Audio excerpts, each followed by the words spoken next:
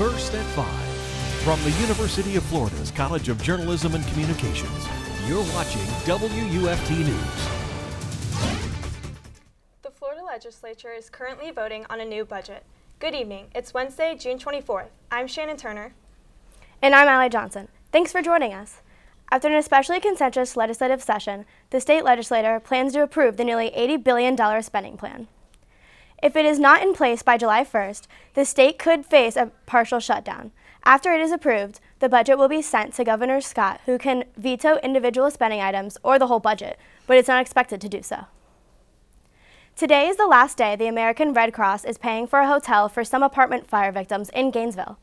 The fire at Sunset Apartments displaced 32 residents Tuesday night. The apartment complex is going to pay for an additional 2 days at the hotel. There's no estimate of when the residents can return to their apartments. Officials say repairs can't begin until the building has been fully inspected. 2 Florida kids are being hailed as heroes after rescuing neighbors from a burning mobile home in Orange County. 10-year-old Isaiah Francis and 11-year-old Jeremiah Grimes called 911 after noticing the fire. The 2 boys rushed into a home and rescued 2 babies.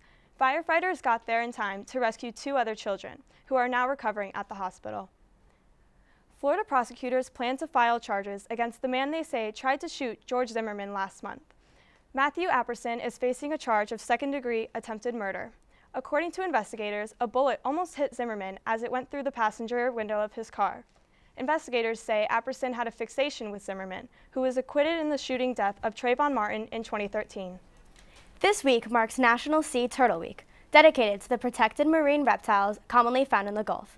In Panama City, marine biologists are preparing to release almost 200 turtles back into the wild.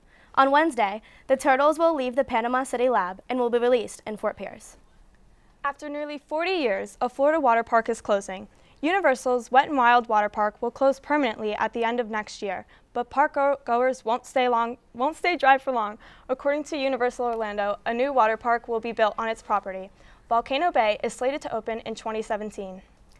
Now, wouldn't today be a perfect day to go to Wet n Wild? Oh yeah, definitely in this Florida heat. Especially because it's your birthday. Oh, Allie. Thank you at home for watching WUFT News First at 5. BBC World News is coming up next. Good night.